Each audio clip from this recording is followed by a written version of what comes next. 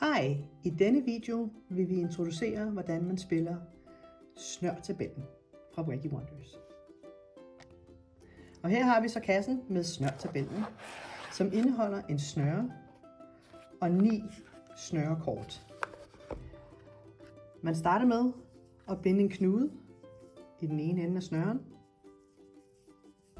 Kigger man på den første her ved start, 1 gange 2, og så fører man den ned til resultat, som er 2.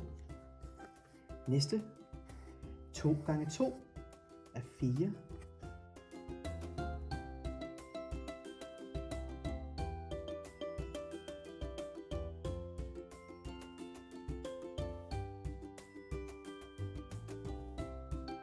Og så slutter vi med at føre den ned til slut. Så vender vi kortet, og her skulle man meget gerne have dækket alle de forskellige streger til. Og hvis man har det, så betyder det, at man har ganget rigtigt. Udover det kort, vi lige har introduceret, så følger den med